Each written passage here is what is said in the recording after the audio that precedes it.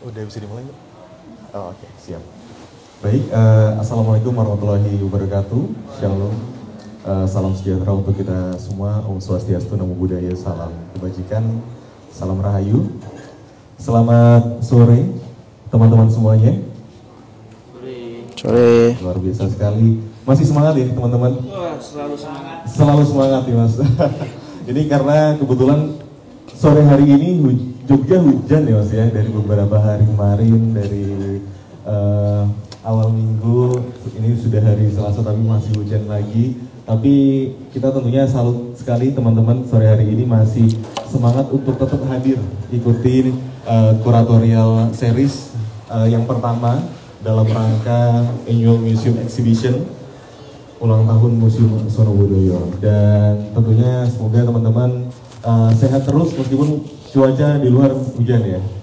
Amin, amin. Dan tentunya sebelum kita mulai, biasanya kalau misalnya kegiatan museum ataupun juga kegiatan di Museum Sonobudoyo itu ada salam khasnya juga ya. Sudah ada yang tahu belum? Belum ya. Sudah ada yang tahu mungkin Mas Mbaknya? Belum. Jadi kita nanti kalau misalnya ada salam sahabat museum, jawabannya adalah museum di hatiku. Oke. Boleh bareng-bareng ya? Oke, kita praktekin dulu teman-teman semuanya. Salam sahabat museum, museum di hatiku. Sekali lagi, salam sahabat museum, museum di hatiku. Tepuk tangan untuk kita semuanya pada hari ini. Dan tentunya pada kesempatan kali ini kita akan mendapatkan materi dari narasumber kita. Ini sudah hadir Bapak Dr. Abdul Wahid MPhil. Beliau merupakan Ketua Departemen Sejarah Universitas Gadjah Mada, dan selain sebagai Ketua Departemen, beliau ini juga mengampu mata kuliah Melayu Klasik. Dan biasanya Bapak Dr. Abdul Wahid ini disapa oleh mahasiswanya Mas Wahid ya Mas ya? Ya boleh. Boleh. Jadi nanti kita akan mendapatkan materi dari Mas Wahid mengenai aksara Pegon. Jadi mungkin teman-teman sebelumnya mungkin sudah ada yang tahu sekilas. Nah nanti kita akan mengenal lebih mengenai aksara Pegon ini. Kalau misalnya teman-teman bermain sosial media, main TikTok misalnya, sering nggak sih nemu konten-konten yang kayaknya ini bahasa hurufnya huruf Arab gitu ya, tapi kalau misalnya dibaca kok bahasanya bahasa Jawa atau mungkin bahasanya bacaannya kok jadi bacaan bahasa Melayu. Nah itu nanti kita mungkin bisa bertanya langsung dengan Mas Wahid. Oke, sudah siap teman-teman untuk dapat materi sore hari ini? Sudah, baik. Dan selanjutnya kami persilakan Mas Wahid untuk bisa menyampaikan materinya. Monggo Mas. Oke, matur nuwun. Apakah suara saya terdengar? Pakai ini atau enggak? Pakai mic enggak Pak? Nah, baik. Saya izin lepas masker ya. Jangan khawatir, sudah booster 3 kali, aman. Baik, Assalamualaikum warahmatullahi wabarakatuh. Selamat sore, salam sejahtera untuk kita semua. Ya sebelumnya saya sangat berbahagia sekali bisa hadir di tengah rekan-rekan semua di acara seri kuratorial pameran Sonobudoyo kali ini. Saya diminta untuk sedikit menguraikan tentang Pegon ya. Jadi tadi Mas Rifki sudah memperkenalkan saya. Selain saya punya kewajiban administratif, saya juga mengajar satu mata kuliah namanya Bahasa Melayu Klasik di Prodi S1 Sejarah. Dan Bahasa Melayu Klasik atau Jawi itu adalah kita menyebutnya sebagai bahasa sumber. Bahasa sumber artinya ini adalah bahasa yang digunakan di dalam sumber-sumber bersejarah, di dalam teks-teks yang bersejarah, misalnya kayak gitu. Nah, tetapi khusus hari ini kita akan berbicara tentang Pegon.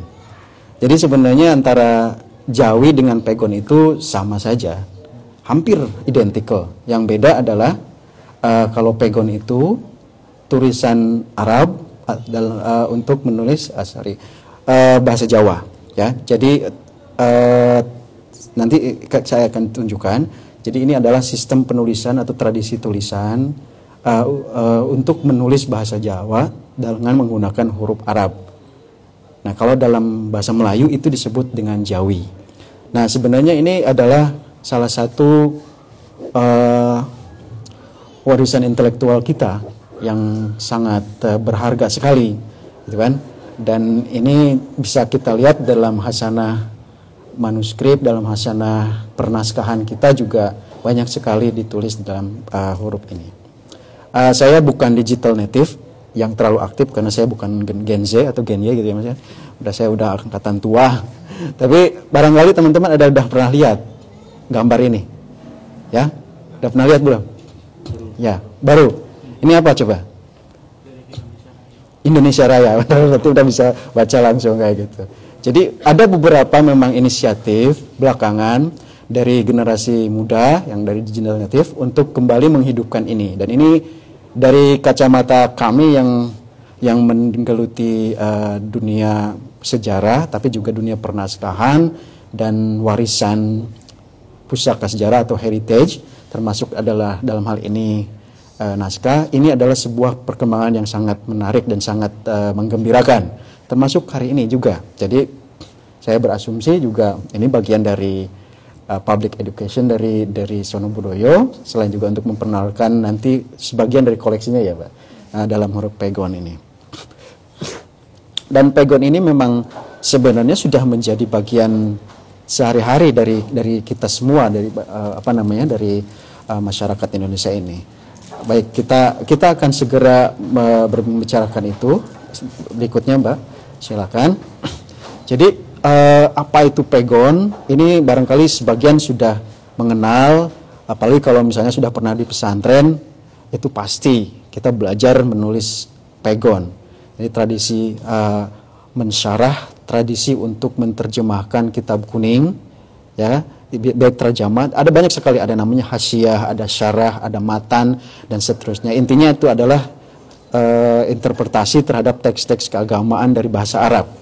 Ya, jadi ada tulisannya di atas, nanti di bawahnya ada penjelasannya. Jadi misalnya Bismillahirrahmanirrahim ya, bagi yang Muslim pasti semuanya tahu. Bismillah misalnya dengan menyebut nama Allah, kalian nyebatin asmanipun Allah misalnya kayak gitu, itu ditulis ininya terjemahannya dalam pegon itu di bawah. Itu salah satu cirinya, salah satu jenis dari penggunaan pegon. Ada lagi yang lain, jadi jadi itu betul-betul hasil karya yang menggunakan sepenuhnya huruf pegon itu. Nah, itu banyak sekali. Ini yang di sebelah kiri ini salah satu contoh. Ini adalah monggo siapa yang bisa baca kayak gitu. Ini. Yang di atas itu syair, ya kan? Ngudi Susila, Ngudi Susilo, ya kan? Ya, suka pitedah kanti terela gitu, terwela, maksudnya jelas. Dening Kiai Bisri Mustofa Rembang. Jadi ini karya bapaknya Gusmus, Bisri Mustofa kayak gitu. Beliau adalah salah satu penulis kitab kuning yang sangat produktif dari Indonesia, yang banyak menulis dalam huruf pegon. Jadi memang ini saya akan jelaskan. Ini adalah salah satu contoh saja. Ini tradisi terus menulis, writing tradition, yang menggunakan huruf Arab untuk menuliskan kalimat dalam bahasa Jawa, Sunda, Madura, dan lainnya. Kenapa saya sebutkan itu? Karena juga memang digunakan untuk itu. Saya orang Sunda, ketika saya belajar pertama kali ngaji gitu, kemudian setelah Quran beranjak ke kitab kuning, itu udah langsung dikasih pelajaran ini. Tapi sayangnya memang sampai hari ini saya belum menemukan ada betul-betul satu buku kitab yang menjelaskan tentang tata cara belajar pegonnya itu sendiri, panduan gitu kan, seperti itu. Baru belakangan oleh para peneliti modern dicoba untuk dijelaskan. Jadi itu kemudian itu seperti learning by doing saja kayak gitu. Nah, dalam tradisi Melayu ini disebut Jawi ya. Jadi teman-teman bayangkan, untuk bahasa Jawa itu memang agak sedikit berbeda. Bahasa Jawa itu selain punya tradisi tulisan pegon, juga punya tradisi tulisan yang lain, huruf Jawa itu yang kita kenal juga, yang itu bukan pengaruh dari Sanskerta dan Pallava, ya kan, kayak gitu, Hanacaraka itu. Tapi Anda bayangkan bahasa Melayu yang konon adalah bahasa lingua franca kita, bangsa-bangsa di Nusantara ini, nggak punya tulisan. Dan di banyak negara di dunia, bahasa yang tidak punya tulisan itu nanti rata-rata adalah bahasa yang mati, kayak gitu, atau endangered language kayak gitu. Kenapa? Karena aksara itu adalah kayak pengejawantahan dari bahasa, dia mengikat makna dalam bentuk eksplisit tertulis kayak gitu, ya. Nah, kenapa kemudian bahasa Melayu ini harus mengadopsi bahasa Arab? Ya karena memang dia nggak punya tulisannya sendiri. Batak punya, ya kan? Bali punya, kayak gitu. Bugis punya, kayak gitu. Jawa punya sebelum kedatangan Islam kayak gitu.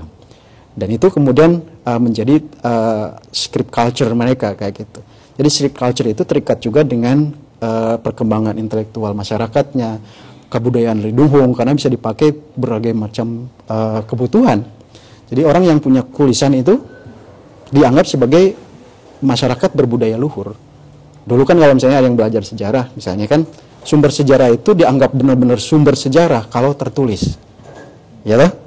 Kalau tidak tertulis, ya bukan sumber sejarah dulu gitu. Kalau sekarang sih kan sudah berkembang sedemikian rupa. Jadi artinya writing tradition itu adalah sebuah bagian penting dari kebudayaan intelektual sebuah masyarakat.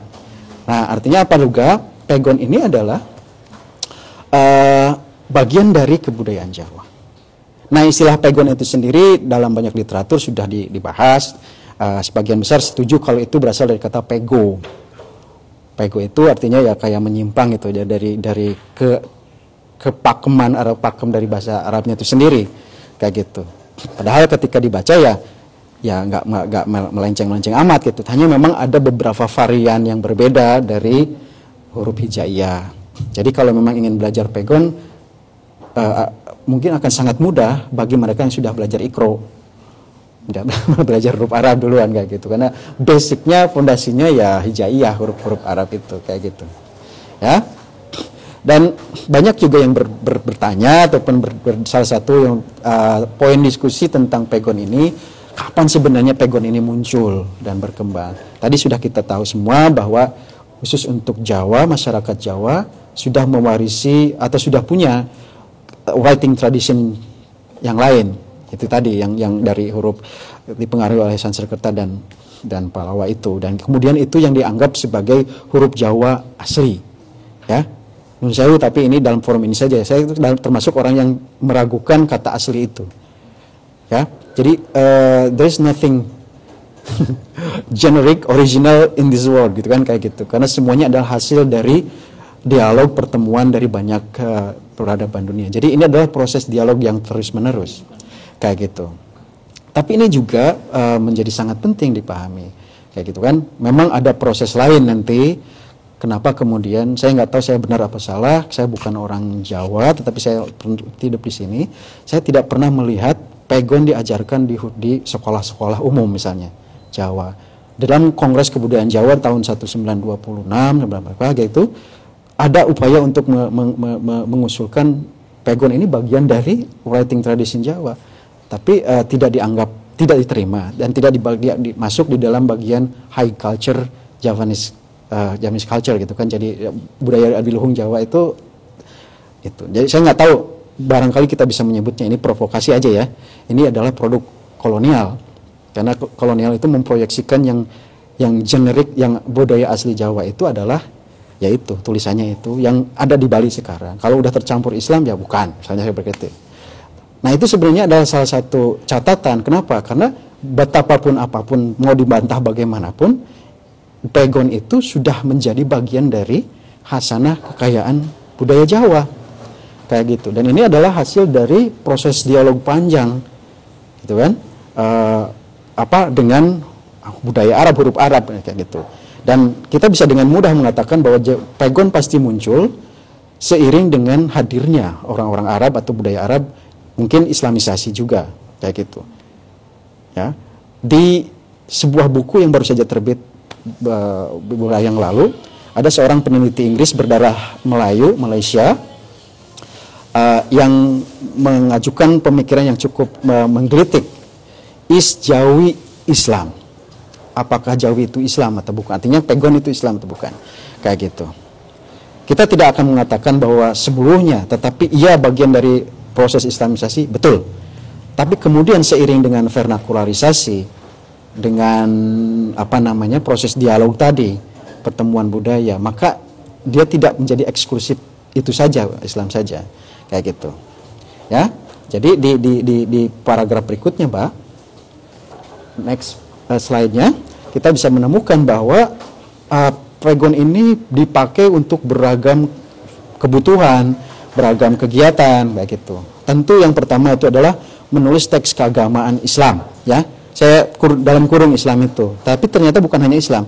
Yang sebelahnya ada yang bisa baca nggak?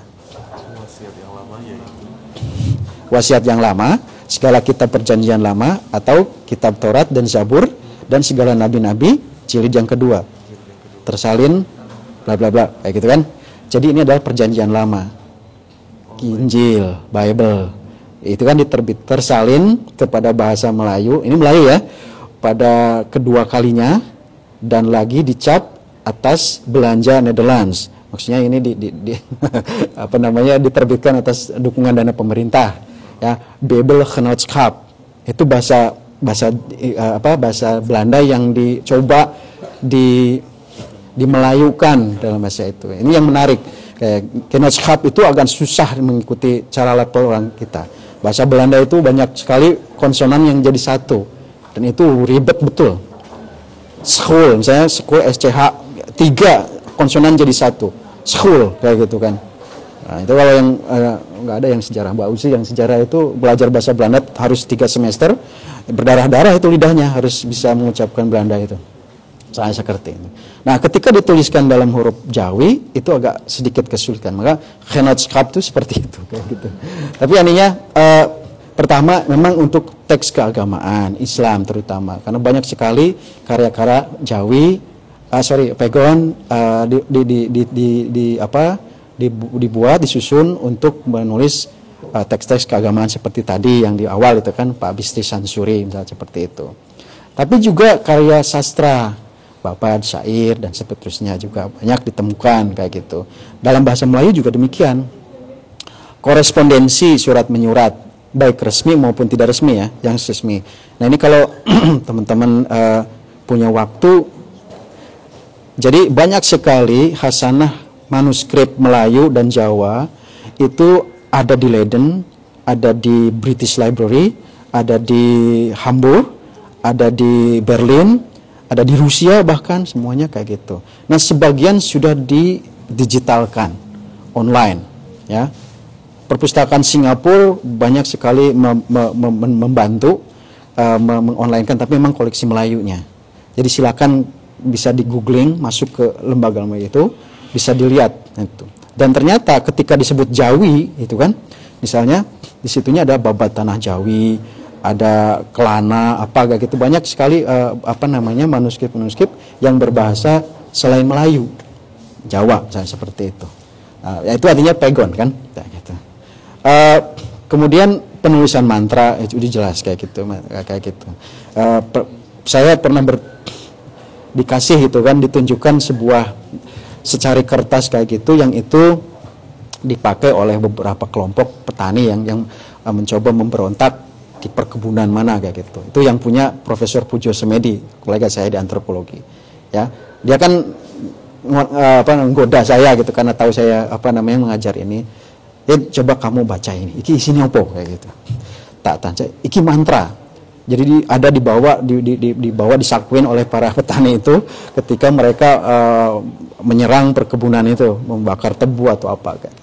Isinya itu mantra, tapi ada sebagian hurufnya adalah surat Al-Ikhlas, Qul huwallahu ahad, tapi di situ ada perterjemahannya gitu, semoga memberi kekuatan apalah kayak gitu. Kayak gitu. Tapi yang menarik satunya lagi, mantra yang lainnya itu juga mantra, tapi isinya kutipan dari Bible, kayak gitu. Jadi memang kemudian harus diakui bahwa ya ini penulisan mantra kemudian administrasi. Dewasa ini kan pegon dipahami sebagai tulisan, tradisi tulisan yang dikembangkan, dihidup-hidupkan hanya oleh komunitas tertentu. Dalam hal ini adalah komunitas pesantren, dan khususnya pesantren pun pesantren salaf kayak gitu. Saya kira di Mu'alimat tidak ya, mungkin setahu saya mungkin saya salah kayak gitu, nggak ada mungkin saya. Tapi anak saya di Mu'alimat kok kayaknya nggak belajar itu juga kayak gitu. Kemudian, tapi karena saya di salaf dulu, saya belajar betul kalau itu. Jadi kita diajari imla namanya dulu kayak gitu.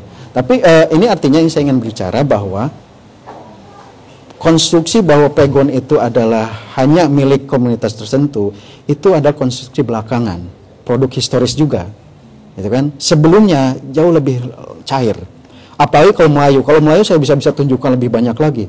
Mulai dari bookkeeping gitu kan, pembukuan dagang, kayak gitu, surat hutang, tagihan pajak, ya, deklarasi proklamasi Raffles ketika berhasil menaklukkan Jawa. Kemudian perjanjian lama, buku-buku hukum pidana, itu semuanya dalam itu ada. Jadi di luar dari teks keagamaan juga banyak teks-teks manuskrip seperti ini, baik itu dicetak maupun ditulis. Jadi ada masanya ketika huruf ini, tradisi tulis menulis ini dipakai untuk urusan yang sangat beragam. Tapi saya kira, ini hipotesis ya, dengan berkembangnya pendidikan modern yang barat itu, penggunaan bahasa Belanda menjadi salah satu ciri dari modernisme, dan itu elit, kemudian administrasi negara semuanya mengharuskan dalam huruf Latin, maka ini secara perlahan menggusur eksistensi ini, kayak gitu. Jadi kemudian saya nggak tahu ini bagaimana ceritanya kok pegon kemudian juga relatif termarginalkan dalam konteks kebudayaan Jawa juga, misalnya seperti itu. Dan sekarang pun saya harus akui bahwa pesantren-pesantren salaf sekalipun sudah jarang yang menerapkan itu. Pegon iya, tetapi dalam huruf Latin. Jadi kayak gitu. Jadi diterjemahkannya gitu. Saya menemukan itu, saya kira generasi saya sudah mulai. Kita sudah tidak nyaman lagi menulis dalam huruf Arab itu. Kayak gitu kan. Tapi menerjemahkan dalam bahasa Jawa tetap, tapi dalam huruf Latin. Kayak gitu ya. Jadi menurut Ronnie Trichy, seorang peneliti dari Israel gitu, dan dia sangat terkenal, huruf itu membawa ideologi, dia mencerminkan juga shifting ideas gitu kan, kemudian ada kesadaran baru dan seterusnya, dan itu kita tidak sadari kayak gitu. Anyway, itu cerita yang lain kayak gitu. Tapi kita harus akui bahwa pegon sekarang itu lebih banyak dikembangkan dan dihidup-hidupkan ini. Di Sumatera, huruf Jawi itu di Riau misalnya, yang saya tahu Riau, terus di Bangka, Jawi itu merupakan salah satu muatan lokal, kayak gitu. Karena mereka masih menganggap itu bagian dari Melayu. Kalau kita mengakui bahasa Indonesia itu akarnya dari Melayu, ya, kenapa Jawinya nggak dianggap sebagai bagian dari itu? Kan aneh tuh, kayak gitu. Padahal itu dalam semua manuskrip, semua sastra Raja Ali Haji, ya kan, Iskandar Zulkarnain, semua yang para pujangga sastrawan lama itu menulis karyanya dalam Jawi, kayak gitu. Babad Diponegoro yang pertama, salah satu versinya itu adalah dalam pegon juga, kayak gitu. Nanti kita lihat ya. Jadi sebenarnya dengan demikian maka pegon ini termasuk kategori endangered writing tradition. Jadi tradisi tulis menulis yang hampir punah, kayak gitu, yang terancam punah. Maka sangat strategis Sunan Budoyo mencoba memperkenalkan ini. Dan mungkin komunitas-komunitas museum anak muda kayak gitu, silahkan dibuat lagi kayak gitu. Bersama-sama dengan huruf Jawa juga yang lain. Jadi saya kira tidak harus saling mengeksklusi. Ini bagian dari khasanah dari budaya Jawa juga, kayak gitu, yang juga harus diuri-uri. Nah, oke, itu background saja ya, cerita tentang itu. Nah, kita langsung ke pegonnya, Mbak, supaya ini tadi bisa cepat. Jadi sama, ini abjad pegon itu hijaiyahnya ya, bata saja. Dan yang kuning itu adalah yang khas pegonnya, dan Jawi. Ca, nggak ada ca dalam bahasa Arab. Ya, ca, ha, kho, dal, zal, da, kayak gitu. Dan itu agak tebal. Podo itu kan, saya mohon maaf ya, bukan orang Jawa, saya orang Sunda, jadi kadang-kadang kurang tebal itu kayak gitu. Saya sering marahin sama istri saya orang Jawa, nggak bisa udah puluhan tahun. Lah gimana gitu kan? Kayak gitu. Saya TV sampai sekarang TV terus gitu. Kayak gitu. Kayak gitu. Ro, za, sa, shin, sodot, to, fa, kayak gitu. Do, ain, ain. Nah itu yang paling kentara itu nga. Karena wah, Ngabdul Wahid misalnya kan kayak gitu. Itu hanya dalam Jawa kayak gitu. Gitu kan. Abdul Hamid misalnya kayak gitu kan. Terus fa, paknya ini loh. Pak yang enggak ada tuh pa. Kop, kap, ga, ha. Yang kap titik 3 itu g, ga. Kemudian lam, mim, nun, nya. Nya juga tidak ada dalam bahasa Arab. Waw, ha, dan iya. Jadi 1, 2, 3, 4, 5, 6, 7. Ada 7 tambahan. Huruf tambahan yang tidak ada di dalam huruf Arab. Dan itu adalah lokalnya ya. Bahasa Arabnya kayak gitu.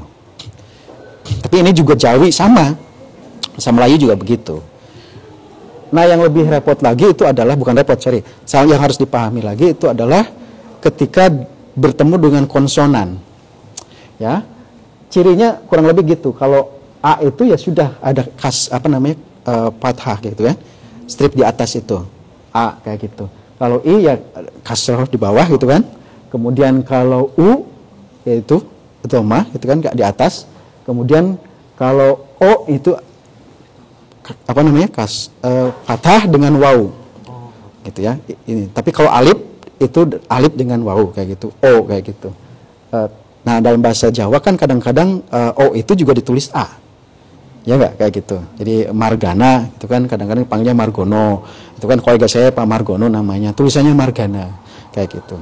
Kadang-kadang bingung nih Pak Margana apa Pak Margono kayak gitu, tak kayak ini, tak takoni Gon, wah koncone nganggil Gon gitu, oh berarti Margono kayak gitu.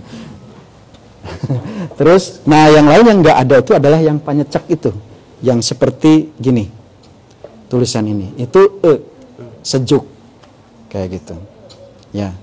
Nah, kalau itu alif dengan ya, pinter mbaknya kayak gitu, udah belajar berarti kayak gitu ya. P sama kayak gitu ya, jadi sisanya sama saja kayak gitu.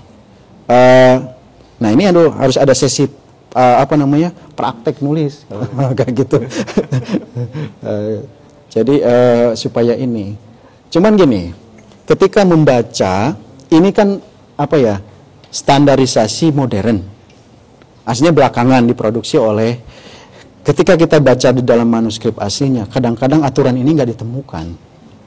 Jadi kita sangat harus siap kalau bisa membaca sebuah naskah itu tidak sesuai dengan apa yang disampaikan ini, patokan ini. Jadi seringkali I gitu kan. Kemudian cara menggabungkan huruf Arabnya kan sama hampir ya.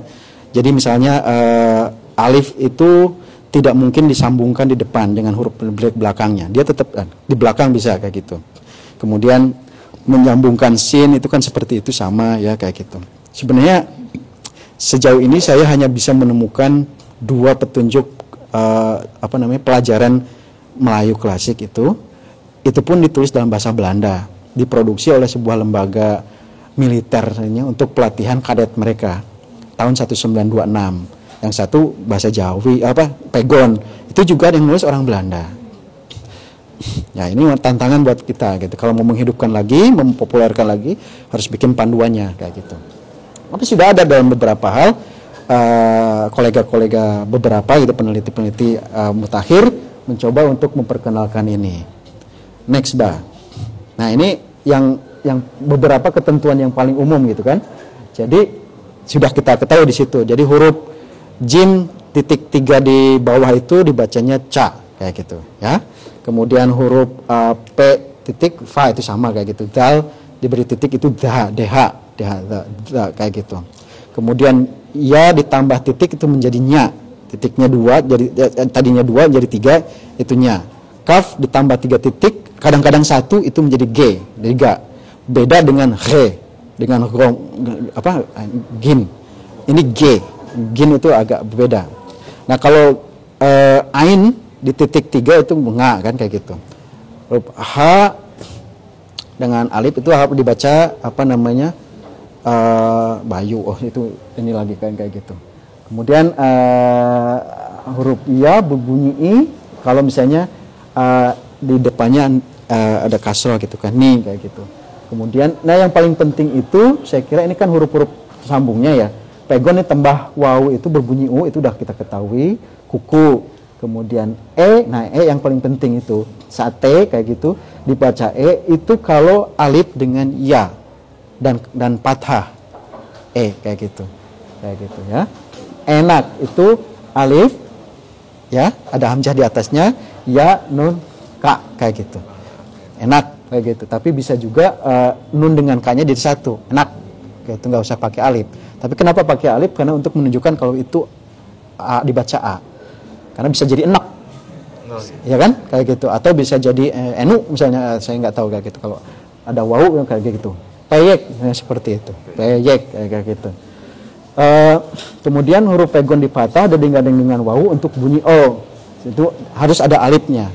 Jadi alif dengan fathah itu dengan wawu itu baca o. O no kayak gitu, ho bojo loro ya, kayak gitu kan. Soto babat ya gitu. Kemudian huruf pegon diberi pepet atau tidak diberi sandangan apapun dibaca seperti bunyi kata sejuk, seger kayak gitu. Itu juga tidak digandengkan dengan huruf ya misalnya, tapi ada tandanya di atas kayak gitu. Yang apa itu namanya pepet kayak gitu. Pepet atau pepet saya nggak tahu. Ini negara kan kayak gitu. Penulisan konsonan rangkap, pengucapan seolah ada bunyi maka jika diucapkan perlahan akan terasa bunyi ya, kurang lebih seperti itu. Nah juga yang sering susah itu kalau konsonan jejer program misalnya kayak gitu, maka dia kadang-kadang fa ro kayak gitu, per wawu depannya pro kan kayak gitu, pero ga gram kayak gitu. Nah yang lebih susah lagi kalau misalnya kita menuliskan kata-kata dari bahasa asing tadi seperti Genootschap gitu kan, itu susah sekali kayak gitu. Apalagi nama Willem Alexander de Oranje Nassau misalnya kayak gitu, dalam bahasa Belandanya juga kalau salah kayak gitu. Nah diulang ditulis itu. Jadi kadang-kadang itu waton, maksudnya tergantung sepenangkapan ininya, karena kan kadang-kadang ditangkap hanya ini saja, bunyinya saja, kemudian dicoba diterjemahkan dalam huruf lokal misalnya, huruf-huruf Jawi kayak gitu. Jadi itu seringkali perbedaan-perbedaannya kayak gitu. Terus Mbak, kita punya apa lagi? Slide berikutnya. Oh ini contoh ya. Ini siapa yang mau nyoba? Mas. Oke, saya Mas. Iya dong, moderator duluan. Oke Mas, itu mukodimah. Ya.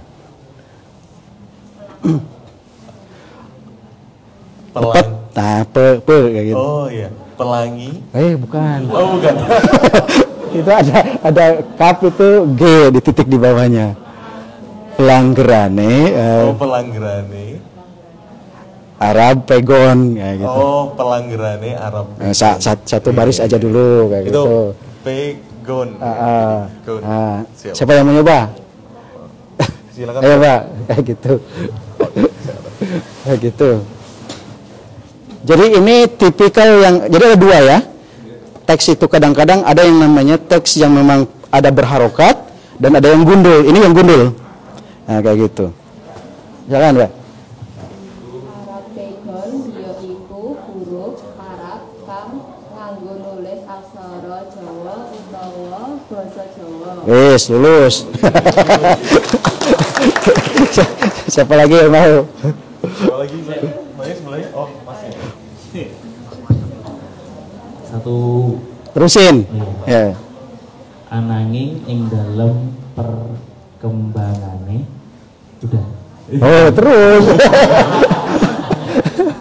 Ananging ing dalem perkembangane Arab pegon Uga kanggo nulis basa Indonesia. Kan oke. Siapa lagi? Siapa lagi? Belakang mungkin. Al-Bari. Boleh Mas. Ini belajar ngaji sore-sore pas kayak gitu. Tembung pikun iku sangka Pegon.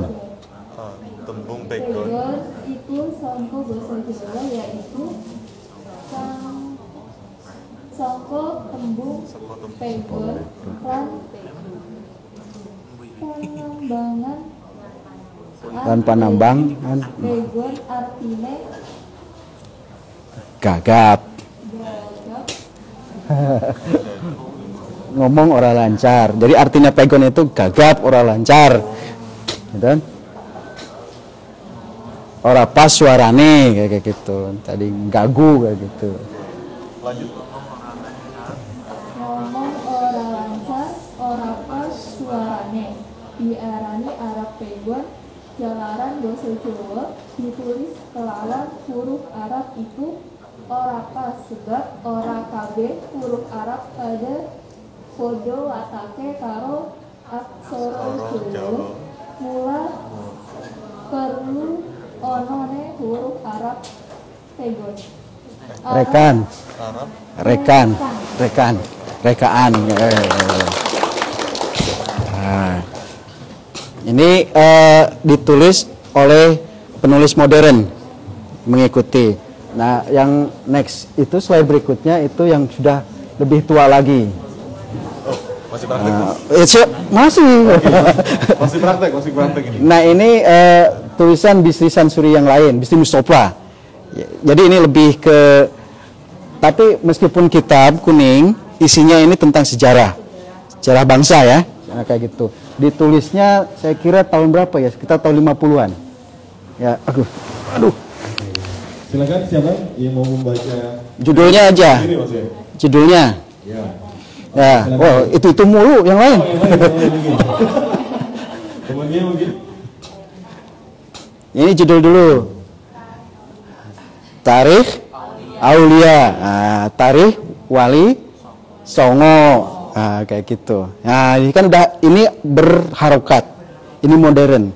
Tapi ini cetaknya melalui cetak teknik litograf, bukan printing machine ya. Litograf itu yang masih mereka dicap kayak gitu. Jadi masih terbatas. Jadi lihat ornamen-ornamen kirinya masih sangat sederhana. Kayak gitu. Ini produk tahun 50-an kayak gitu awal. Bahkan kalau sebelumnya, kalau murni tulisan tangan jauh lebih indah tulisannya. Cuman kan tidak bisa direproduksi banyak. Satu manuskrip satu, paling kopi salinan 2 paling banyak, itu pun tidak sama persis. Ini nerangaken babad dipun wali-wali tanah Jawi dipun tambah catatan tarikh Indonesia kanthi ringkes ya dening Bisri Mustafa Rembang. Toba ala Nafaqoh, ini bahasa Arab kayak gitu kan. Maktabah Umat Ba'ah Menara Kudus. Jadi diterbitkan oleh Menara Kudus, salah satu penerbit tertua. Hukukut Toba wa Nafla al-Hufud, itulah, itu bahasa Arab. Nah, ini campur yang kedua ini. Yang tengah ini halaman kedua. Ya, tarikhnya sama, ini Aulia. Yang di depan itu Bismillahirrahmanirrahim, ya kan? Coba baca.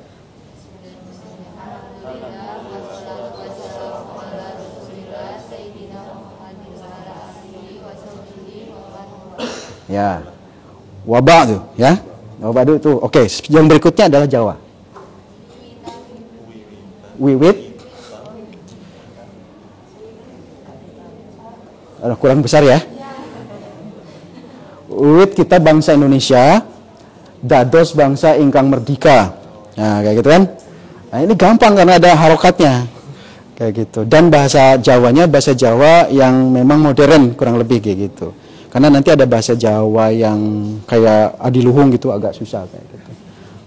Saya sengaja nyari yang memang bukan teks agama, bukan teks fikih atau teks apa, dan ingin mengakomodasi kalau misalnya ada yang memang bukan dari kalangan Islam untuk membaca kayak gitu.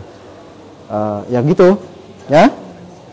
Rupi-rupi ini pun kita lajeng saya kitab naluri macam-macam kayak gitu. Jadi buku ini dipakai di sekolah-sekolah NU untuk pelajaran sejarah dan di pesantren-pesantren dulu. Sekarang udah nggak lagi kayak gitu. Jadi udah nggak tahu masih ada apa enggak kayak gitu, ya. Jadi ini hanya pengantarnya tentang buku ini. Ini bab pertamanya. Apa ini? Ratu ing Campa. Ratu Campa kayak gitu kan. Nah, gitu. Nalika kurang lebih tahun 1300 Masehi, Kang Jumeneng Ratu ing Campa iku, nah gitu kan. Judulnya aja.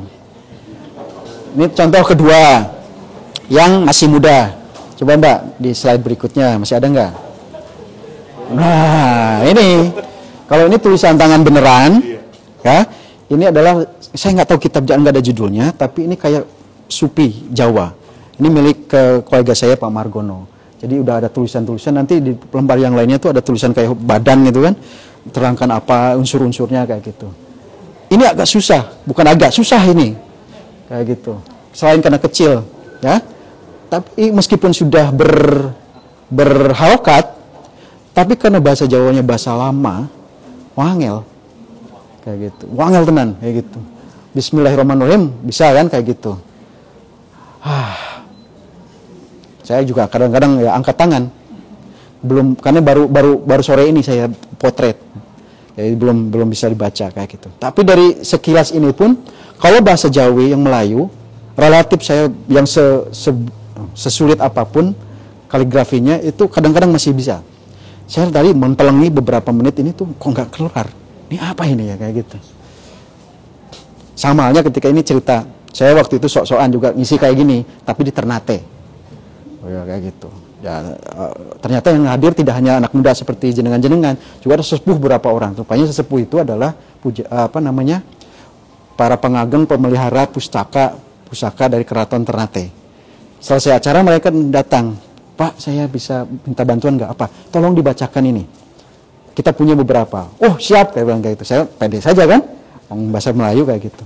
Saya baca kayak gitu, nggak ngerti saya, karena itu bahasa Ternate. Tapi ketika saya baca, bapaknya itu nangis. Loh, kenapa Pak? 50 tahun yang lalu terakhir kali saya dengar bahasa itu. Jadi bahasanya udah punah. Bahasa Ternate itu termasuk salah satu bahasa yang punah. Nggak ada. Kayak gitu. Jadi bukan ya punah dalam pengertian sudah hanya orang tertentu saja yang ngomong kayak gitu. Dan ternyata itu adalah tentang kayak surat ke kancing, gelar-gelar keraton dan beserta apa ya namanya, gajinya atau apa hak-haknya kayak gitu. Jadi itu sangat diperebutkan, penting dalam konteks politik. Nah gitu. Jadi saya terus meskipun diminta tolong saya nggak mau, karena pasti itu akan jadi komoditas kayak gitu. Di konflik lokalnya luar biasa kalau di luar negeri itu. Jadi keraton-keraton mulai ingin masuk ke politik lagi. Kayak gitu. Dan justifikasi seperti itu dari naskah-naskah kuno luar biasa sangat penting. Karena itu adalah ya justifikasi itu. Kurang lebih seperti itu. Ini hanya contoh saja ya. Berikutnya Mbak, ada lagi ya? Ini lebih susah lagi. Ini syair dendang. Tahu nggak ini apa? Ini Babad di Penogoro. Yang versi Pegon, karena ada versi yang Jawa juga. Saya nggak tahu mana asli atau enggak, karena sampai sekarang kan katanya yang aslinya juga nggak tahu kemana, kayak gitu.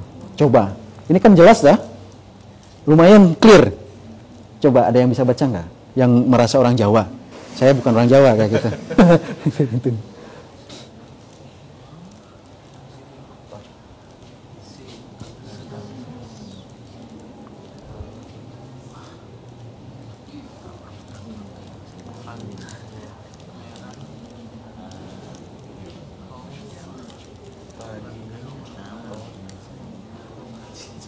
Itu kan? Bahasanya bahasa Jawa. Bahasa Jawa ini. Ya kan? Bener nggak? Oh, mana tuh? Ketemu. Oh ya ini. Gitu.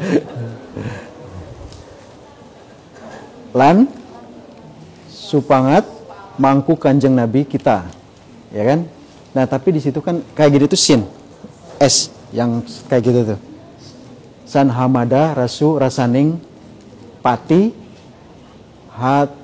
tanimbang pami yuswa pun kinaraya hong. Nah, kayak gitu. Jadi ini membutuhkan keahlian memang ini. Harus juga dari teman-teman dari sastra Jawa yang memang ahli filologi betul. Saya kebetulan bukan dari filolog kayak gitu. Tapi ini menunjukkan jenis yang lain, gitu kan? Kayaknya masih ada lagi Mbak, satu lagi ya. Oh udah, oh sudah kayak gitu. Saya sebenarnya banyak kalau ini tuh yang Jawi lebih menarik lagi kayak gitu. Ini tuh ada Mbak Dita di belakang itu pernah ikut kuliah saya kayak gitu. Itu. Ada tentang kampanye, cara penanam cara menanam padi yang baik. Ada tentang panduan untuk mengutip pajak kayak gitu.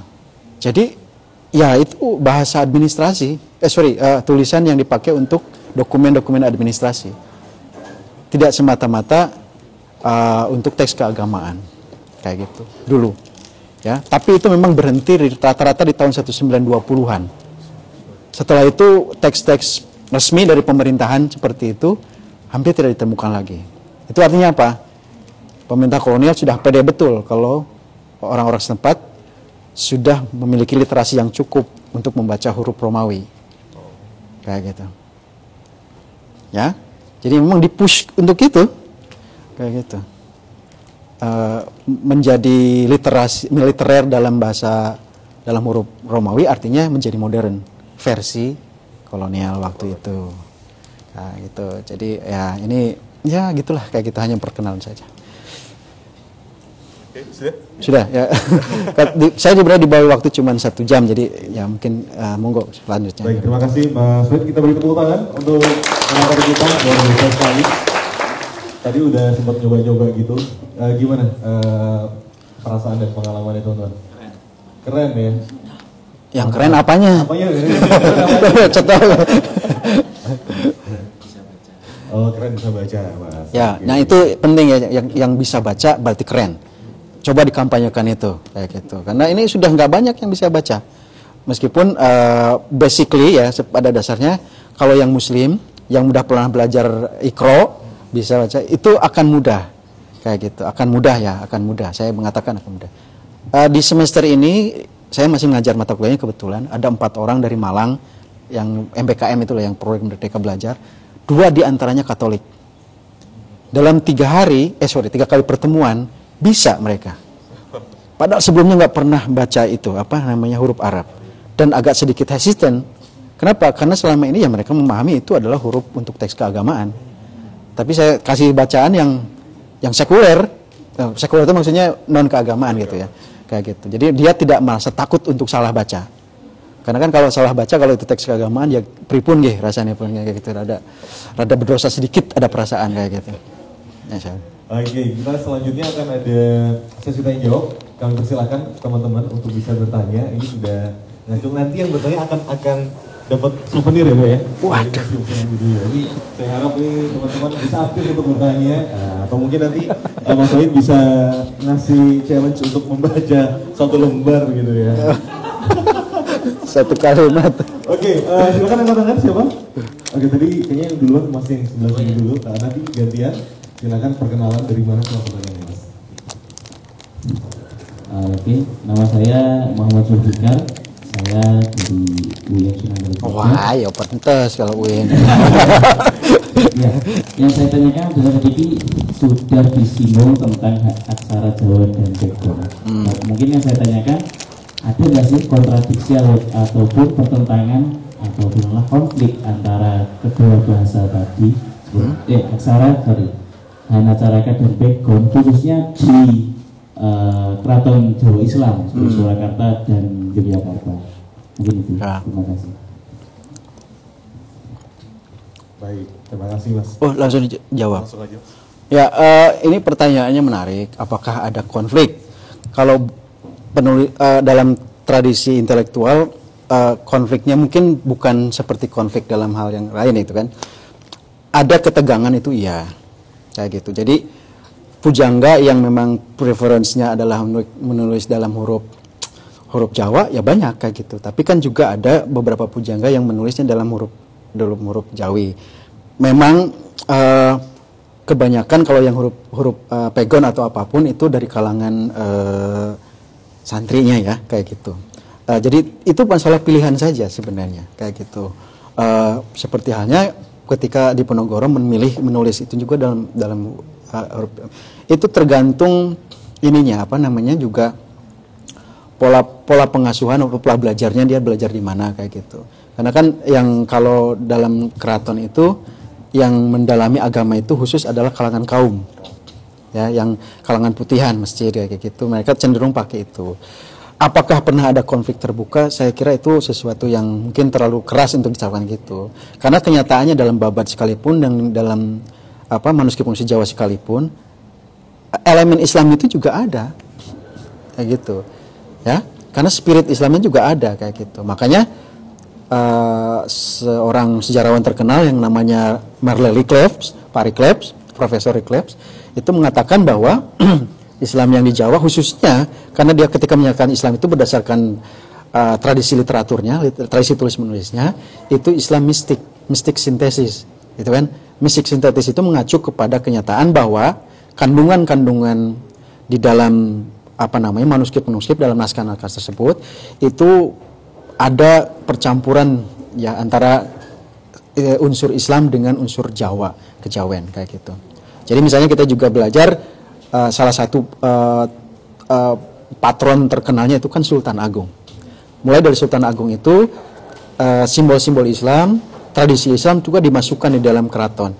Mulai dari gelar Jumatan, kemudian lunar kalender berbasis berbasis bulan Hijriah kayak gitu. Kemudian juga ya masjid harus dekat dengan keraton dan seterusnya kayak gitu. Tapi memang berbeda dengan tradisi Aceh, di mana agama Islam itu belum betul-betul dijadikan sebagai konstitusi negara kayak gitu. Jadi di sana lebih eksplisit, lebih kuat kayak gitu ininya. Di Jawa tidak kayak gitu. Jadi makanya ada percampuran kayak gitu, ada yang ini. Kalau dibaca ada konflik atau enggak, ya tergantung yang melihat, yang membacanya. Tapi saya kira kita tidak pernah membaca ada konflik terbukanya ada. Ketegangan itu ada. Pak Kuntowijowo pernah menulis itu kan di Serat Cebolek, ya kan, terus di Serat Centini ada beberapa ketegangan antara kalangan putihan dengan kalangan abangan seperti itu. Gitu ya. Tapi sebagai sebuah tradisi memang itu ya itu dua ranah yang sepertinya berbeda tapi saling berdampingan kayak gitu. Saya sih menduga Pegon itu menjadi agak sedikit bermarginal itu gara-gara kolonial. Kolonial itu memproyeksikan yang generik kebudayaan Jawa itu apa? Artinya apa? Itu yang pra-Islam. Makanya mereka melihat Bali itu harus dipertahankan seperti itu. Itu adalah monumen, laboratorium hidup untuk kebudayaan Jawa lama, Hindu, seperti itu. Itu ada yang pendapatnya seperti itu. Jadi kan ada majalah Jawa, ada majalah apa. Kemudian para pujangga yang tercerahkan dari Keraton Jawa juga banyak belajarnya dengan kalangan-kalangan orientalis kan kayak gitu. Which is okay, kayak gitu. Maksudnya kita melihatnya itu sebagai sebuah proses memang historis yang terjadi kayak gitu. Ya. Ya, itu bisa jadi penelitian Anda, Mas. Monggo. Terima kasih, itu menarik, Mas. Sudah skripsi? Oh, baru, mau ganti judul mungkin. Karena tertarik dapat topik baru ya. Oke, selanjutnya Ibu yang beliau ya, siap. Ini boleh perkenalkan namanya dari ada pertanyaan Ibu. Selamat sore, Mas Wahyu. Okay. Nama saya Karlen. Saya pekerjaannya adalah seorang penjilid buku atau book restorator. Ya. Saya sangat tertarik dengan materi ini. Yang saya pengen tahu sih sebenarnya manuskrip yang ditulis dengan Pegon yang tertua itu kira-kira dari periode apa ya? Ya. Yang berhasil ditemukan. Bisa ditemukan ya. Ya. Terus juga untuk bahasa-bahasa yang lain seperti misalnya bahasa Sunda gitu. Tadi sempat disebutkan ada Ternate, karena saya sempat juga memperbaiki satu buku dengan Pegon Banjar berbahasa Banjar gitu. Lebih banyak mana gitu dibanding Jawa, terus lebih penggunaannya apakah misalnya kalau Jawa kan tadi digunakan sebagai tulisan administratif gitu, kalau yang ditulis dalam bahasa lain itu lebih kemana arahnya? Ya. Terima kasih. Terima kasih Mbak. Ini mohon maaf ya, tapi pengetahuan saya juga sebenarnya tidak terlalu dalam tentang pernaskahan. Saya bukan filolog, saya hanya sejarawan dan sedikit bisa membaca ini. Jadi pertanyaannya yang pertama tadi yang paling tua, memang sampai saat ini juga orang sering mengacunya yang ada di koleksi di Leiden kayak gitu. Dan itu berasal dari abad ke-14, ke-15. Dan malah sebagian mengatakan mungkin itu adalah ditulis oleh Sunan Bonang atau siapa gitu, maksud saya kayak gitu. Jadi kayak tembang-tembang ilir-ilir kayak gitu. Tapi itu hanya menurut versi saja kayak gitu. Sampai sekarang pun ada perdebatan tentang Jawi ya, karena Jawi itu lebih luas, lebih besar dan lebih kategorinya lebih luas. Artinya ya dia juga ada di Aceh, mulai dari Aceh, pokoknya yang Melayu, dunia Melayu itu ada. Jawi itu yang paling tua itu awal abad ke-15, 1400-an sekian.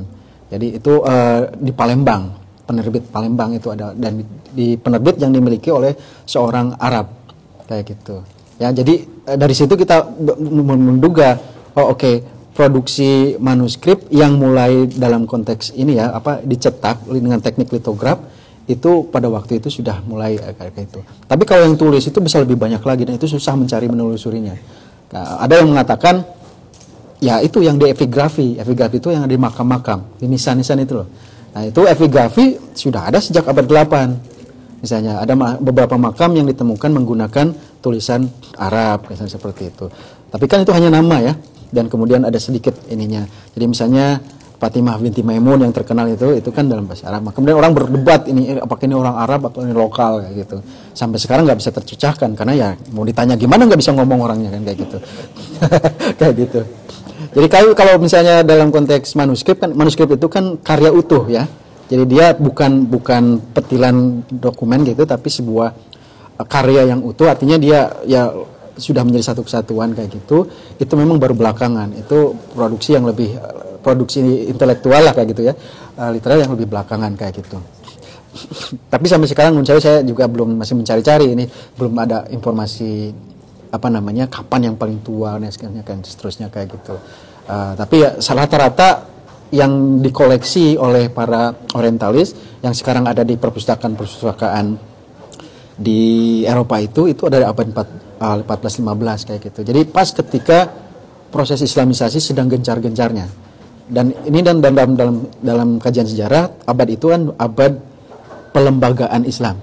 Jadi tidak hanya untuk 1-2, tapi sudah mulai diterapkan sebagai bagian dari pranata sosial. Jadi sudah menjadi hukum, sudah menjadi aturan. Entah itu aturannya misalnya aturan dagang, aturan apa kayak gitu. Nah tadi kalau yang administrasi itu Jawi Mbak. Kalau yang pegon saya terus terang belum menemukan. Tapi bapak saya, mohon maaf, kakek saya itu penghulu Sunda. Dia tukang sate. Sekaligus kayak gitu. Saya masih bisa menemukan pembukuan dia itu dalam huruf pegon. Kayak gitu. Ya. Jadi rupiah berapa rupiah itu buat ini buat apa kayak gitu. Masih ada kayak gitu. Saya tanya itu kakek tahun berapa menjabat itu ya, sekitar akhir kolonial itu. Akhir kolonial itu. Jadi kakek buyut saya gitu kan kayak gitu. Itu kelemahan kita. Kenapa? Karena tradisi dokumentasi kita kan lemah, jadi banyak yang hilang seperti itu. Kalau melihatnya yang lebih masif kan, misalnya kapan produksi naskah yang lebih massal gitu, yang sudah dicetak, tadi litograf, itu sering dijadikan acuan, tapi itu adalah tahap berikutnya. Karena kan tahap pertama itu masih nulis dan disalin secara terbatas kayak gitu naskah-naskah. Nah, misalnya Babat Diponegoro sampai sekarang kan yang aslinya hilang, kayak sampai nggak tahu di mana gitu letaknya itu. Kemudian yang ada adalah salinan pertama, kedua dan seterusnya sehingga gitu. Dan justru kalau kita berbicara yang lebih tua lagi itu yang paling banyak direproduksi, ditulis itu Al-Quran. Al-Quran paling tua itu ya itu sudah tahun-tahun 1200-an sudah ada. Di koleksi di Leiden itu 1200 sekian itu ada. Koleksi Quran tertua kayak gitu. Dan buktinya udah kecil bukunya kayak gitu. Di talinya juga dengan agak ini. Jadi kalau di Eropa itu ada studi yang khusus tentang mengkaji penjilidan buku, tentang buku sebagai art kayak gitu, dan itu bagian dari art history kayak gitu. Di kita kan enggak kayak gitu. Di sana karena buku lama itu yang ditulis itu luar biasa cantiknya. Nanti ada ornamennya, kemudian ada penggambarannya kayak gitu. Kolega saya Pak Margono itu punya babat itu ya. Jadi itu khusus tentang mitos-mitos orang Jawa tentang setan. Jadi jenis-jenis hantu itu di dalam menurut orang Jawa itu apa aja, setan gelundung, macam-macam kayak gitu. Dan gambarnya tuh luar biasa realistik dan cantik gitu kan dengan itu. Nggak tahu gimana itu tekniknya, itu harusnya dari kajian sendiri ya gitu. Tapi kalau ditanya tadi mana yang lebih banyak, Jawi yang banyak itu jelas kalau itu. Kalau pegon, kecuali kalau mau kita include dengan yang produksi pesantren ya, yang keagamaan itu pasti banyak sekali kayak gitu. Tapi yang di luar itu sedikit memang. Yang sekuler lah katakanlah kita menyebutnya untuk memudahkan. Artinya teks-teks yang di luar teks keagamaan keislaman tidak sebanyak yang Jawi. Kalau Jawi itu yang ini mungkin karena banyak. Terus yang keduanya juga ada banyak disimpan karena dalam bentuk surat menyurat. Jadi surat protes, surat aduan dari berbagai pelosok Nusantara itu ke arsip ke pemerintah Belanda itu banyak kayak gitu. Jadi kalau misalnya ini kalau teman-teman sejarah, saya sejarawan mengkaji sebuah peristiwa katakanlah di abad 18 atau 19 itu tentang katakanlah apa ya pembatasan produksi kopi katakanlah begitu. Itu kan selalu ada yang protes. Surat protesnya itu mesti dalam huruf itu, dan itu bisa ada di dalam lampiran seperti itu kayak gitu. Jadi itu. Tapi kalau yang berbentuk manuskrip, bentuk buku ya itu memang relatif lebih terbatas seperti itu. Saya kira naskah dalam berbahasa Jawa lebih banyak kayak gitu. Itu bukan jawab ya kayak gitu ya. Terima kasih Mas dan juga Mbak yang tadi sudah bertanya. Silakan untuk pertanyaan. Oh iya, Mbaknya monggo. Kayak gitu. Atau langsung menyampaikan juga nggak apa-apa. Sekali lagi dia.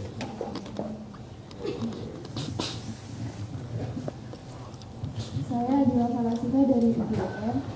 Maaf Pak, saya mau tanya. Dulu saya waktu di pesantren pernah belajar pegon. Tapi itu kenapa agak sedikit berbeda dengan saya belajar huruf pegon juga Arab Melayu di SMA, karena saya SMA bahasa, jadi ada mapel sastra Indonesia dan mempelajari itu. Apakah memang seperti itu, ada perbedaan atau hanya variasi atau bagaimana?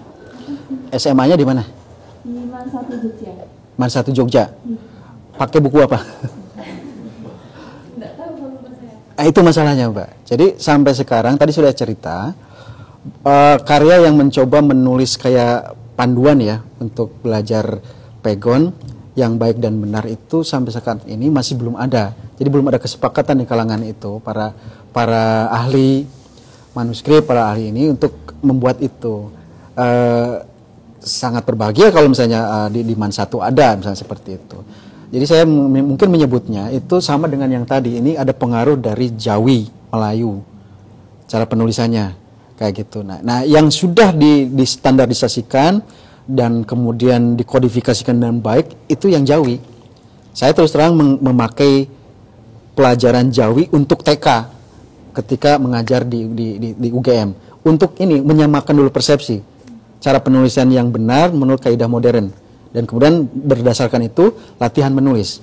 Waktu saya juga di pesantren juga gitu. Kita kan nggak diajarkan imla misalnya kayak gitu. Kiai cuma ngajar itu kayak gitu. Terserah mau bener apa enggak cara nulisnya atau apa kayak gitu.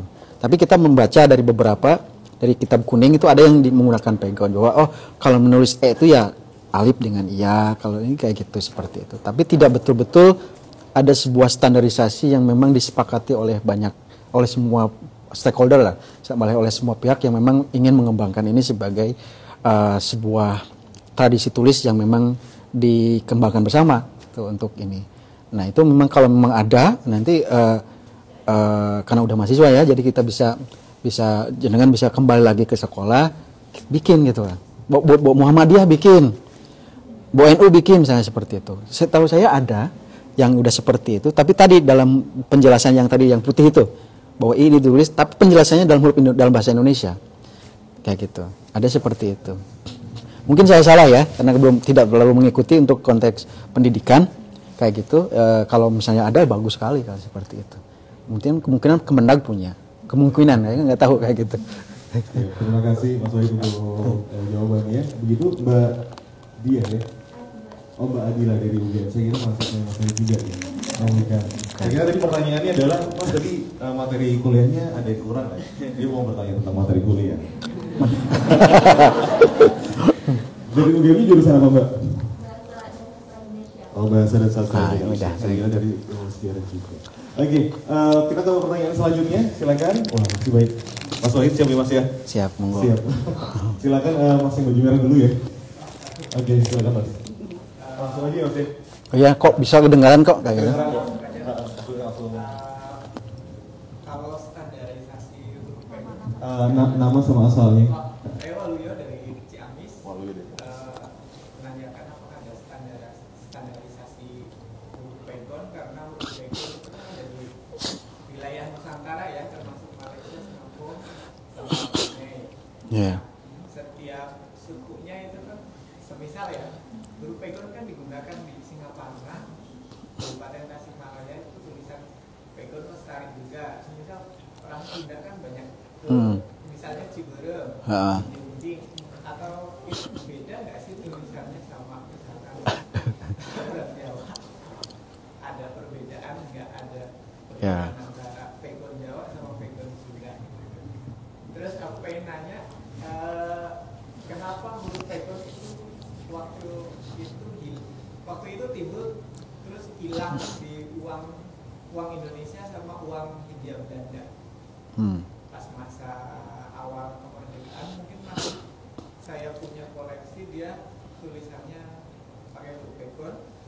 Nah, yang Belanda juga dia ada huruf Jawa sama huruf Ya, Pegon. betul. Apakah itu perang politik? Ya, oke. Ya, atau gimana? Terima kasih, Pak. Oke, terima kasih Mas Waluyo dari Ciamis ya. Ini tadi tentang standarisasi dan bagaimana kisah timbul dan hilang di uang ya Mas ya. Oke, Ya, tadi udah sedikit saya nggak bisa kedengaran ya. Ya itu yang tadi sudah sampaikan. Jadi sampai saat ini mungkin saya yang belum mengupdate ya. Saya belum menemukan standarisasi tersebut untuk konteks nasional kayak gitu. Karena memang kesepakatannya juga beda-beda. Ini dianggap warisan lokal, muatan lokal ataukah ini nasional. Padahal kan di Malaysia, saya membandingkan di Malaysia, Jawi itu dianggap warisan nasional. Dianggap bagian dari khasanah tradisi tulis menulis dan bahasa Melayu, kesastraan dan seterusnya. Maka diajarkan sejak TK sampai perguruan tinggi. Bahkan ada koran yang dalam huruf Jawi.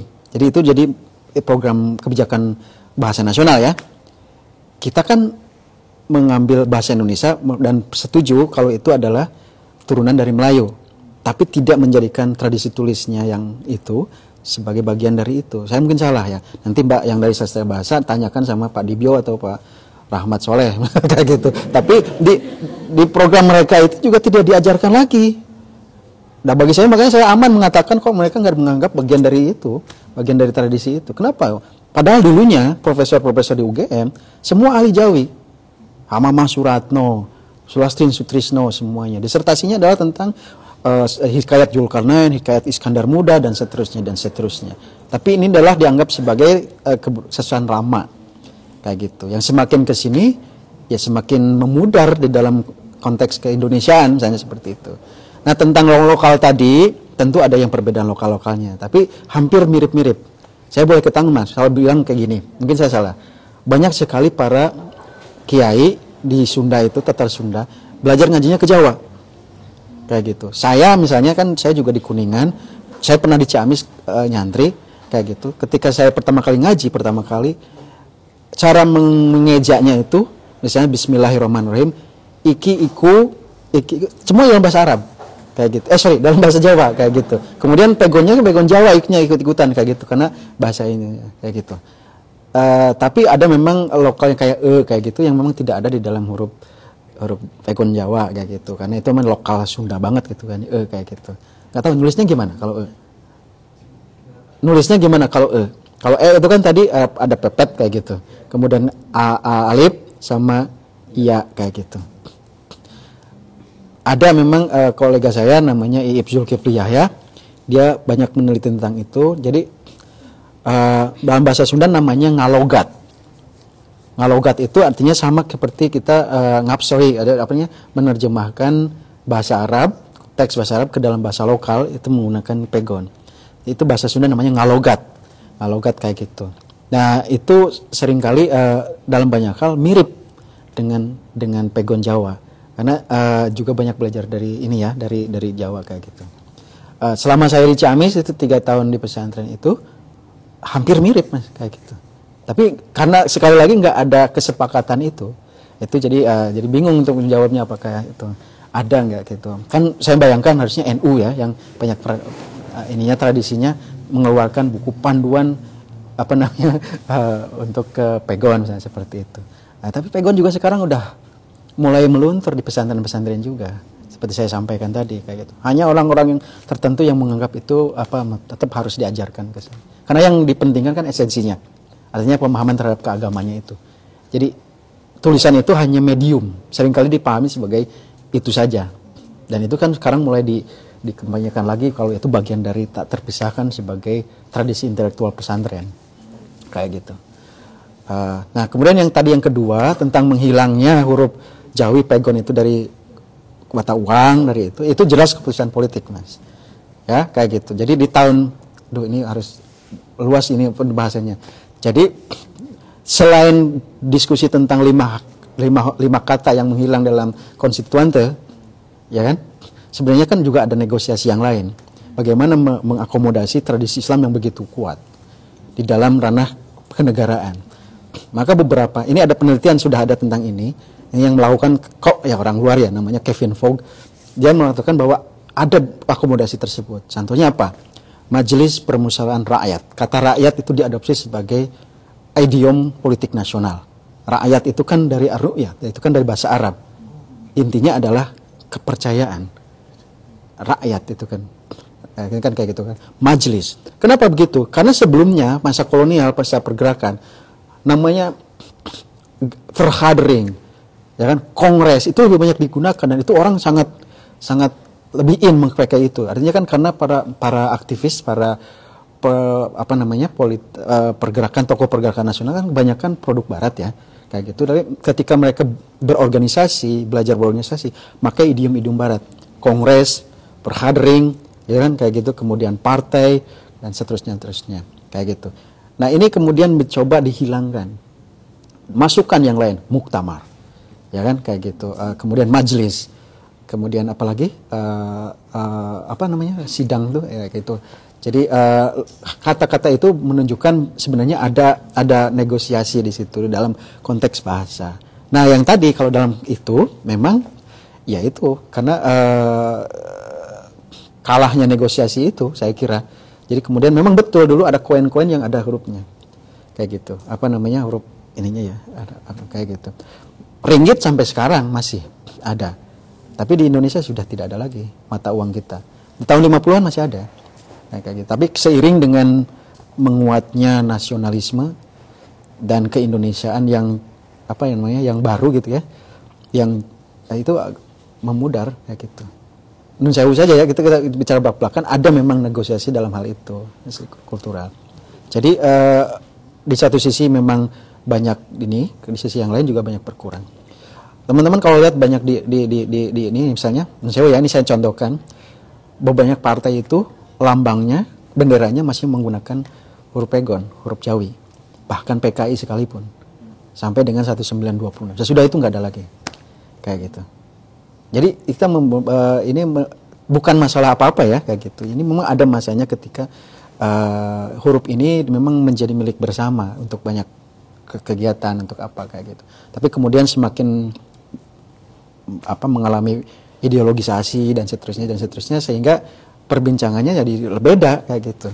Nuansa-nuansanya jadi seakan-akan orang kalau masih pakai itu tuh dia merefleksikan apa. Gitu kan? Jadi misalnya sebutkan lagi ya. Dulu DI itu Darul Islam itu menggunakan ini sebagai mewajibkan huruf ini kayak gitu. Jadi dia angkat sebagai sebuah bagian dari gerakan politik seperti itu. Jadi ketika DI dilarang ataupun kalah itu, ya identitas itu menjadi bagian dari itu kayak gitu. Seakan-akan, padahal kan enggak dulu tuh. Aslinya tuh itu bisa kemana aja kayak gitu. Jadi ini jawabannya kemana-mana kayak gitu, melingkarnya kayak gitu. Ya kurang lebih itulah masalah kayak gitu ya. Ya. Terima kasih Mas Wahid dan juga Mas Soleh untuk diskusinya menarik sekali. Tadi dari mata uang akhirnya kita bisa melihat sampai ke partai politik juga ya Mas ya. Oke, kita akan ke pertanyaan berikutnya. Ada 3 lagi. Ini silakan Mbaknya baju pink. Iya Mbak, silakan Mbak. Nama, asalnya dan pertanyaannya. Terima kasih. Nama saya Bu Priyatul Yomi dari UIN Senang Kalijaga. Sebelumnya saya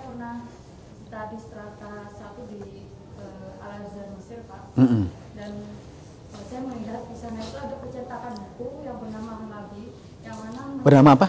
Halabi. Halabi. Yang mana mencetak naskah-naskah ulama Nusantara. Ya, ya, ya. Itu yang mana saya lihat naskah-naskahnya itu sudah banyak yang koyak, lalu Dalam bahasa apa? diselamatkan. Dalam bahasa apa? Dalam bahasa Pegon baik Aceh, Jawa, Melayu juga ada. Oke. Jadi ya seperti kita tahu orang Nusantara mencakup Asia Tenggara gitu. Ya. Lalu ada senior saya dari jurusan sejarah mempunyai proyek untuk membeli naskah-naskah itu yang masih utuh untuk didigitalisasikan dan akan dibawa pulang ke Indonesia. Pertanyaan saya adalah ini Pak, seberapa jauh atau masih digitalisasi naskah-naskah yang harus diselamatkan ini? Lalu Seberapa jauh penting, seberapa penting? oke, Oh ya. pentingkah, ya. Lalu seperti yang jenengan sampaikan tadi bahwa hal ini belum menjadi warisan budaya nasional. Nah, kita sebagai generasi milenial penerus ini apa yang harus kami lakukan untuk menjaga warisan ini? Ya. Ya, terima kasih Pak. Ya, oke, terima kasih. Ya, terima kasih Mbak infonya tentang penerbit Al-Halabi tadi. Saya juga pernah ada informasi tentang itu, hanya memang kok belum banyak informasi apa namanya penelitian yang khusus tentang itu gitu. Karena kan komunitas Jawi di Kairo dan juga sebenarnya di Mekah Madinah juga banyak besar sejak abad 17 18 kayak gitu. Ulama-ulama kita yang kemudian menjadi terkenal dan besar di metropolis Islam itu, kita maksudnya gitu ya, di Makkah, Madinah dan di Kairo itu kebanyakan menulis karyanya itu dalam huruf Arab. Misalnya Syekh Nawawi Banten sampai sekarang kan karya-karyanya juga masih dibaca dan ini dipakai di pesantren-pesantren itu semuanya dalam bahasa Arab. Tapi memang ada yang beberapa dalam huruf Pegon kayak gitu, dalam huruf Jawi tadi dalam tradisi Jawi. Tapi itu dimaksudkan sebagai oleh-oleh ketika kembali ke sini gitu kan, memang ada. Nah ini menarik sebenarnya kalau tadi misalnya harus ada penelitian yang betul-betul serius untuk mengungkapkan itu ya kayak gitu, karena tapi ini tetap ranahnya adalah berarti teks-teks keagamaan kan kayak gitu, dan memang itu mau nggak mau disebut, kita harus menyebut sebagai unsur terbesar dari komunitas yang menghidupkan tradisi tulis menulis Jawi ini. Dan Jawi itu tadi kan saya sebutkan tadi, dunia Melayu kan terbentang dari Patani sampai dengan Tidore kan kayak gitu. Hulu kepala Fak-Fak itu masih Tidore ini kayak gitu. Jadi sangat luas sekali. Jadi sangat terbuka kemungkinan banyaknya manuskrip ataupun tulisan-tulisan atau karya-karya yang dalam Tarikh Jawi ini.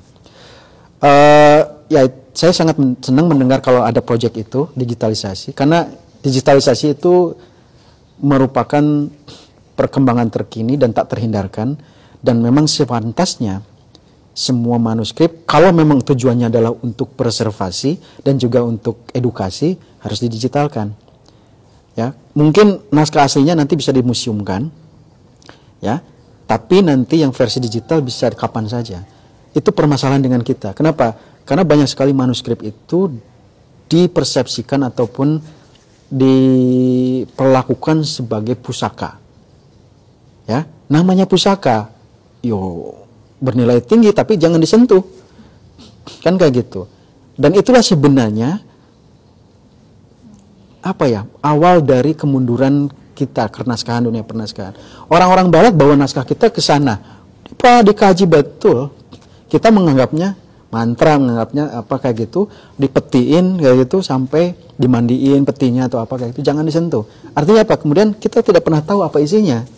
Bagaimana itu akan direproduksi pengetahuannya kan kayak gitu. Jadi banyak sekali British Library sampai sekarang setiap tahun menawarkan grant besar untuk yang namanya Endangered Archives, termasuk manuskrip. Ya. Berapa sudah menerima itu dari Indonesia banyak, dan sebagian besar penerima grant tersebut adalah kalangan pesantren yang mencoba mendigitalkan itu, dan karena semuanya sudah terancam rusak kayak gitu. Jadi salah satu cara penyelamatannya adalah untuk digitalisasi. Sekali sudah digitalkan itu abadi asalkan tidak dihapus metadatanya. Jadi kapanpun Jadi Mbak, kalau misalnya atau teman-teman yang tertarik, silakan buka di British Library hasil dari project tersebut, itu dari seluruh dunia, dari tradisi agama apapun. Jadi dia tidak mengenal itu. Tapi yang dari Indonesia kebanyakan dari tradisi pesantren. Dan itu sudah bisa dibaca. Yang dibutuhkan hanya laptop yang bagus, wifi yang kuat, sudah kayak gitu. Sama kopi, nah ya, kayak gitu. Tinggal baca ya kayak gitu, terus ditulis ulang kayak gitu. Nah itu kan artinya digitalisasi itu memang sangat penting untuk tujuan edukasi. Dan itu adalah cara preservasi modern dalam pengertian bahwa preservasi sesungguhnya itu bukan difosilkan, tetapi direproduksi, pengetahuannya diteruskan ke generasi berikutnya. Jadi itu yang sebenarnya. Nah sebagai generasi muda tadi pertanyaannya apa? Ya pertama ya kuasai jawinya. Ya, yang kedua baca sebanyak mungkin, yang ketiga kalau memungkinkan promosikan kembali lewat dunia digital dengan cara Anda misalnya kayak gitu. Ya, ambil kutipan-kutipan terbaik dari naskah-naskah itu misalnya. Dipromosikan di dalam IG Anda, di dalam Twitter Anda misalnya atau apa kayak gitu. Sudahkah baca manuskrip hari ini kayak gitu. Kayak gitu. Kalau bisa seperti itu luar biasa. Dan ini memang ada di tangan generasi Anda semua, digital native. Saya gagap terus terang kalau tentang digital tersebut. Saya user sepenuhnya. Saya sangat berterima kasih kebetulan karena saya pernah di Leiden, pernah di Belanda. Jadi ketika saya diserahi mata kuliah ini oleh pendahulu saya, almarhum Pak Adabi Darban, saya pikir dulu konten keagamannya lebih banyak dulu tuh, karena memang itu yang tersedia. Tapi setelah saya explore, ternyata banyak sekali yang di luar itu.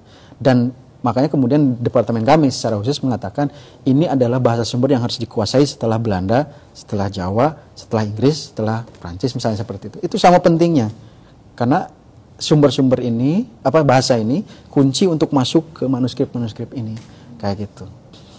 Ya semoga saja ya nanti Mbak Dita dan kawan-kawan itu yang di belakang itu bisa menggunakannya. Meskipun penelitiannya tentang ekonomi, penelitian tentang politik, apapun juga bisa kayak gitu. Kan itu namanya kunci kan bisa untuk hanya membuka saja ketika melihatnya itu. Jadi konsep tentang preservasi itu juga harus dirubah. Bukan difosilkan di museum. Itu iya penting karena itu untuk menjaga eksistensinya supaya tidak ini. Tapi harus ada upaya bagaimana caranya untuk bisa dibuka, diakses terbuka, dan itu kan Perpustakaan Nasional dalam proses itu. Banyak sekarang ya, silakan dibuka. Mereka punya khusus kode naskah langka, Kastara kayak gitu. Saya lihat tiap tahun bertambah ininya, koleksi tambahannya. Artinya mereka mendigitalkan itu. Dalam hal yang sama kan untuk orang sejarah misalnya VOC sudah berhasil Belanda dan banyak kalangan mempromosikan dan menjadikan koleksi VOC itu arsip ya sebagai memory of the world di bawah UNESCO. Ya, artinya itu harus dijaga, dipelihara dan dalam proses digitalisasi kayak gitu. Jadi sudah ada kayak itu. Itu arsip perusahaan kolonial ya. Kayak gitu. Bahwa kita yang memang ini koleksinya adalah tentang nilai-nilai kita di Luhung ya juga melakukan yang sama kayak gitu. Itu ya Pak ya, kayak gitu. Bisa diusulkan sama Pak Rektor di UIN. Baik, terima kasih Mas Robi juga Mbak Fikri ya dari UIN, luar biasa sekali pertanyaannya. Kita akan ke pertanyaan berikutnya, silahkan. Ini kan ada dua lagi. Tadi mbaknya yang Mbak abu-abu sama yang hijau ya, dua ya. Silakan yang pertama Mbaknya dulu, perkenalan dari mana sama pertanyaannya. Selamat sore, terima kasih. Nama saya Monika Tia, saya dari Sastra Jawa UGM. Saya ingin bertanya Pak, dalam lingkup berdasarkan pengetahuan saya, dalam lingkup manuskrip Jawa itu banyak ditemukan manuskrip beraksara Jawa.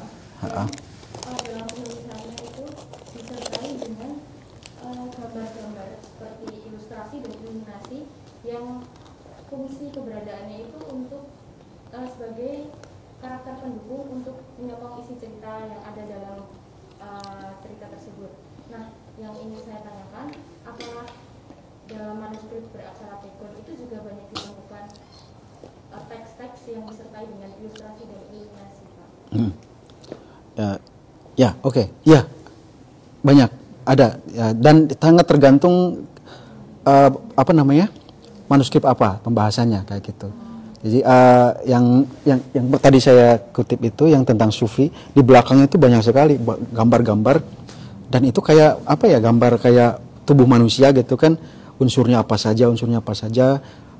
Saya kira kalau itu pedalami itu betul-betul ya itu jadi tahu ini ilmu apa namanya kesaktian Jawa itu mungkin dari situ gitu, kayak gitu ada. Jadi ini sangat tergantung apa namanya jenis manuskripnya, pembahasannya apa, dan itu memang ada.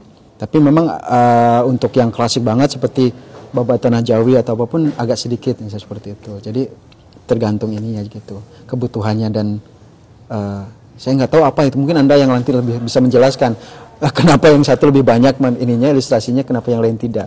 Karena saya bukan ahli naskah kayak gitu. Ya, kayak gitu.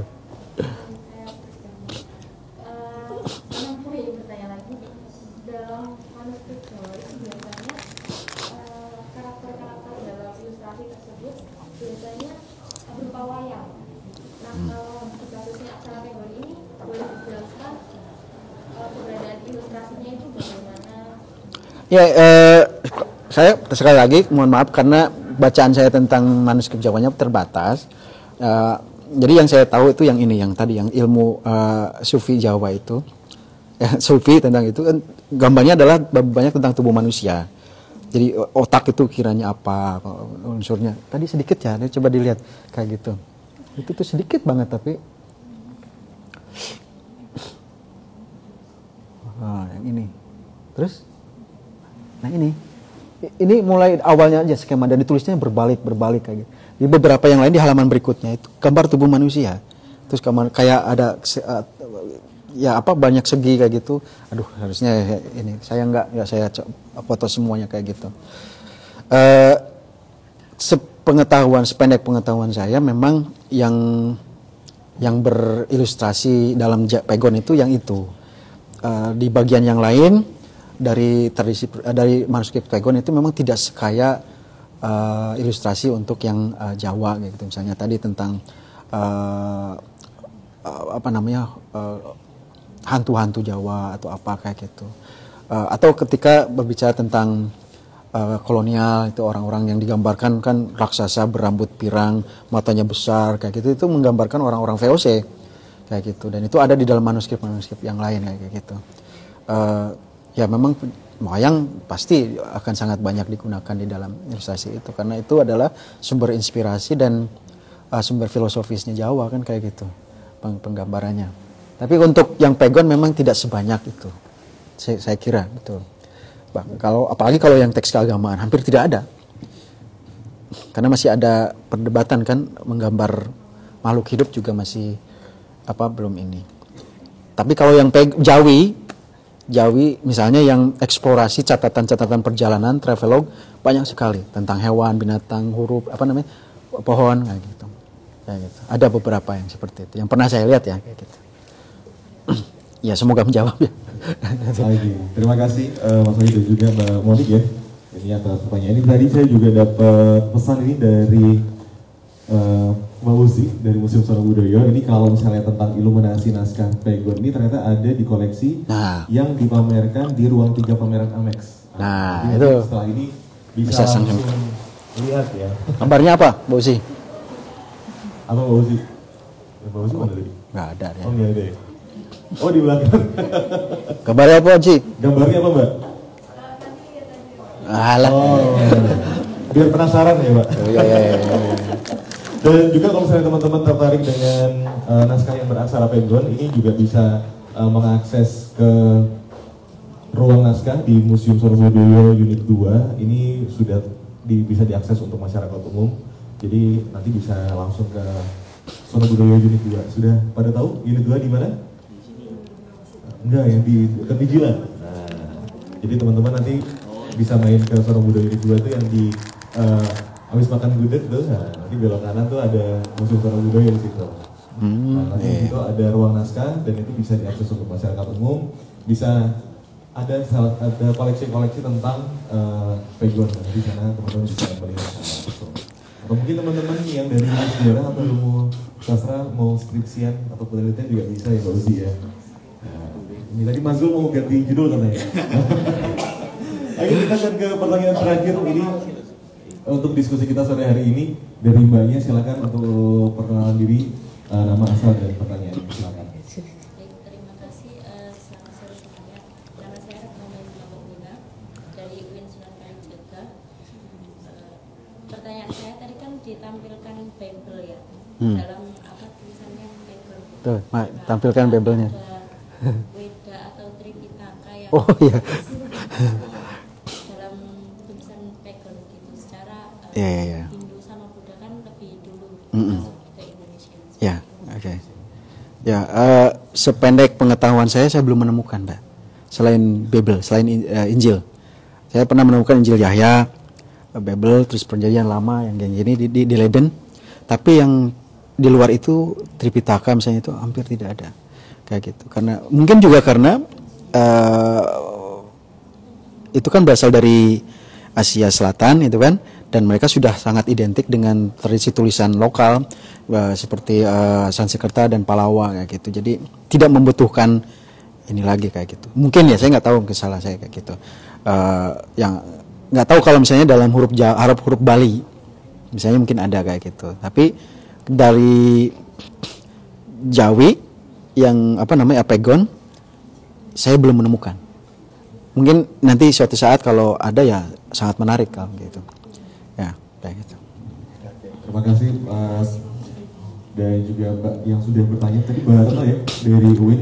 Terima kasih juga untuk pertanyaan dari teman-teman semua yang sore hari ini sudah mewarnai diskusi kita yang luar biasa sekali. Kita beri tepuk tangan untuk kita semua.